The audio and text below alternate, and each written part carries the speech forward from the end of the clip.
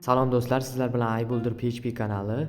Uzoq tanaffusdan so'ng kanalimda yana yangi video. Bugungi video mavzusi checkout.uz sayti bilan tanishish, ya'ni shaxsni tasdiqlash, kassa ochish, shular haqida gaplashamiz. Videoni boshlashdan oldin videoga like bosib, kanalga obuna bo'lib qo'yishni unutmanglar. Video izohida o'z fikringizni yozib qoldiringlar. Demak, biz videoni boshladik.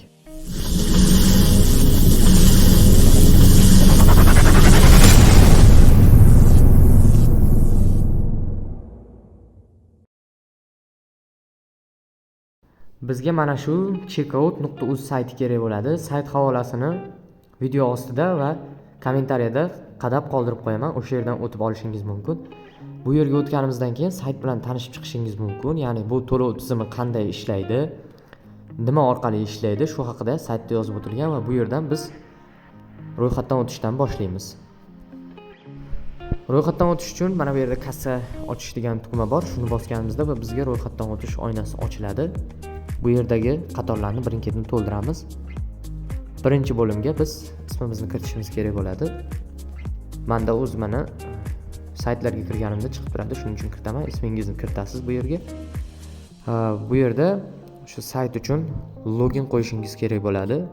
Ya'ni saytga kirayotganingizda ushbu login sizga kerak bo'ladi. Elektron pochtangizni bu yerga yozishingiz kerak bo'ladi. Va saytga parol qo'yishingiz kerak bo'ladi. Keyin parol qo'ysangiz, akkauntingiz xavfsizligi kuchli bo'ladi. Mana bizda akkaunt ochildi. Endi biz saytga kirish qismiga o'tib kirib olamiz. Bu yerga loginimizni yozamiz. Va bizda mana parol yozadigan joy chiqadi. Bu yerga parolimizni kiritamiz. Mana bizda sayt ochildi. Bu yerda mana kassalar nolda. Bu yerda hammasi ko'rsatib turadi. Saytga ro'yxatdan o'tganimizdan keyin kassa ochish uchun bizga imkoniyat berilmaydi birdaniga. Biz shaxsni tasdiqlashimiz kerak bo'ladi. Buning uchun mana bu yerdagi loginimiz yozilgan joyga bosamiz va identifikatsiya tugmasini bosamiz. Bizga identifikatsiya oynasi ochiladi. Hozir bizda 0% bu. Biz buni 100% gacha ko'taramiz hozir. Identifikatsiya jarayonini boshlashni bosamiz. Biz bu yerda pasportimizni kiritishimiz kerak va selfidan o'tishimiz kerak. Bundan tashqari lokatsiya yuborishimiz va telefon raqamimizni tasdiqlashimiz kerak. Biz mana lokatsiya yuborishdan boshlaymiz. Buni bosamiz.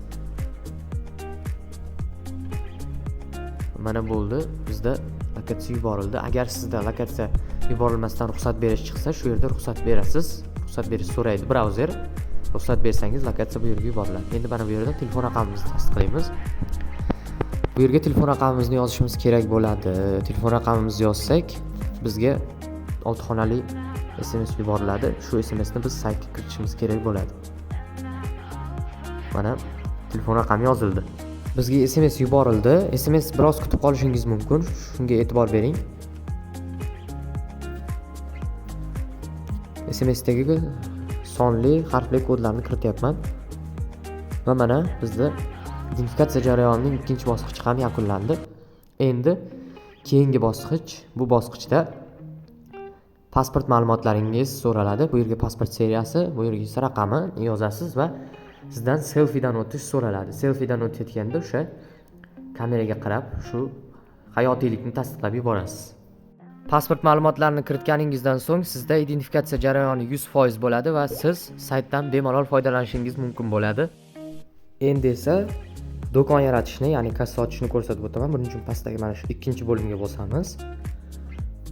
Bu yerdan qo'shishga bosamiz. Do'kon uchun bu yerda ikonka kiritishimiz kerak bo'ladi. Men shu ikonkani kiritaman. Keyin buni o'zgartirib olsangiz ham bo'ladi. Do'kon nomini yozasiz, ya'ni o'sha qo'shmoqchi bo'lgan botingiz yoki saytingiz nomi.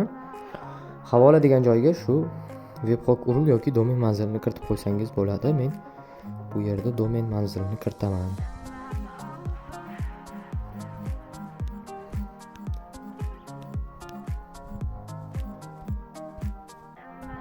Kiritib bo'lganimizdan so'ng mana shu knopkaga bosamiz. Mana muvaffaqiyatli, ya'ni do'konimizda muvaffaqiyatli qo'shildi. Endi do'kon sozlamalarini ko'rib chiqamiz.